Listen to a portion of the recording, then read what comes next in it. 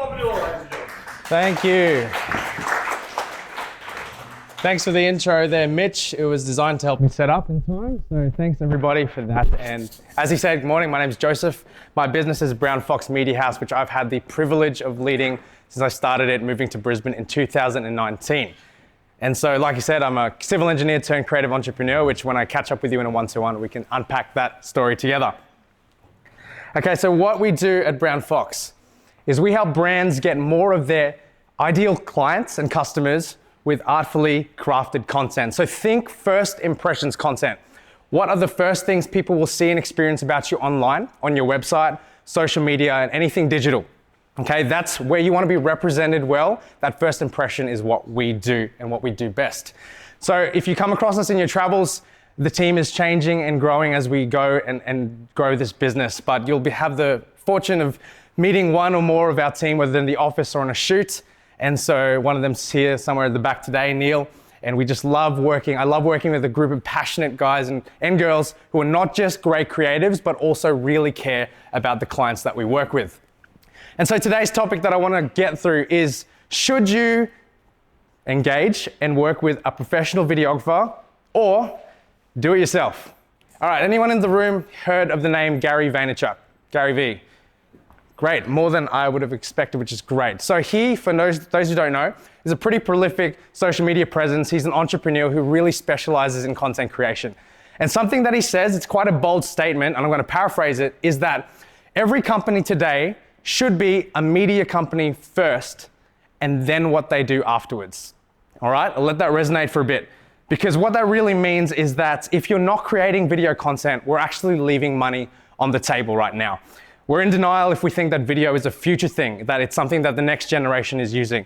It's happening right now. Business owners, your customers, all of us here in the room are consuming video on a daily, hourly basis, right?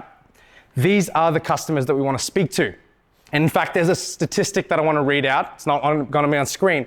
But interestingly enough, Gen Z uses TikTok more than Google as a search engine today. So let that sink in for you as we think about how we need to create video content to make sure that we're speaking to where our customers are in business.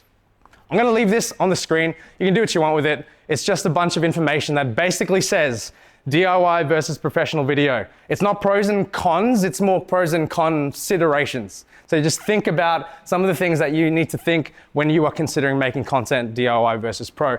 All that's really summarized by saying, if you have one of these in the room, does anyone have a mobile phone today? Yes, pretty much everyone should. You can and have all of the tools that you need to make video content for your business. That's the summary of what that slide says. What a professional videographer should have is a fundamental understanding of business. So I'm going to keep it simple here.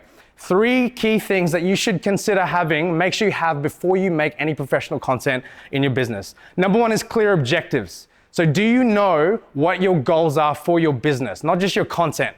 Hopefully you should know that, and then you'll be in a position to know about the content that you should be creating, and a professional should know how to unpack that and make sure that they are doing what's right to suit your goals. Great branding.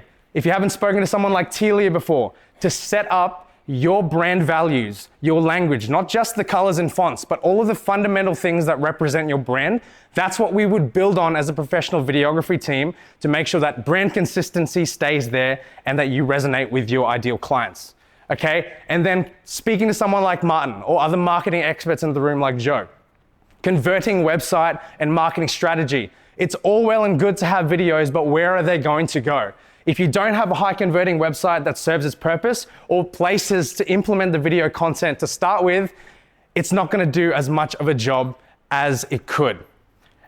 And so I'm going to test this. This may or may not work. So that there, if it does not work, I'm going to go to, here's something I prepared earlier because it's not working. Okay, I was supposed to draw that for you live today, but that's the customer funnel. So know, like, and trust, which Grant was speaking about so eloquently in his education, rather. So everyone knows at the top of the funnel is the first time people will hear about your business. Know they need to like you, trust you, and then hopefully you make the sale and you convert that client and then build advocacy after that by the way that you deliver that product or service.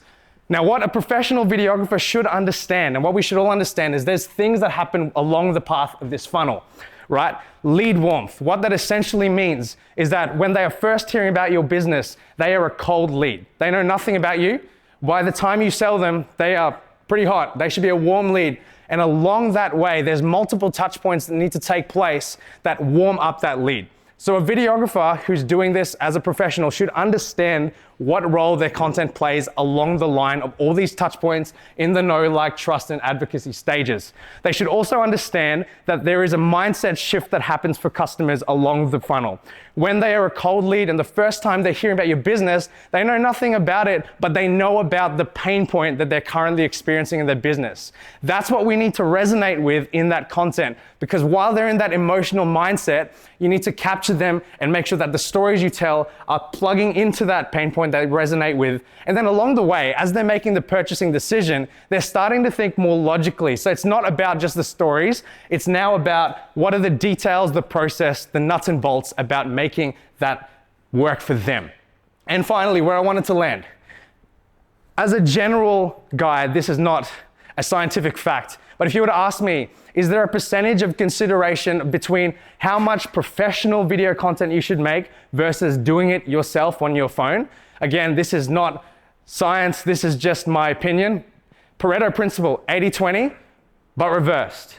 Consider creating professional content for the top 20% of your business in terms of that first impressions, where you want people to see and experience you the first time, and then the rest of it, use your phone and start to practice the art of getting in front of a camera and feeling what it's like to create content. And that scales with budget, with your capabilities in-house and all that. But all that to say, engage a professional where the first impressions really do matter. And so for us at Brown Fox, hopefully that makes sense for you. We partner really well with experienced business owners. So people who have been in business for a while and understand how it all works in marketing especially, but also marketing managers in-house of businesses and agencies. So that's web designers, branding, marketing, and advertising. Okay, thank you. I think that's pretty much it on time. So hopefully that's helped a very little bit to give you the idea of pro versus DIY video. I'm more than happy to unpack any of that later on in a one-to-one. And if any one of you have worked with me or referred a client and they've had a good experience, would absolutely love to hit 100 Google reviews in the next year. That would be unreal. Thank you for listening. Does anyone have any questions at all?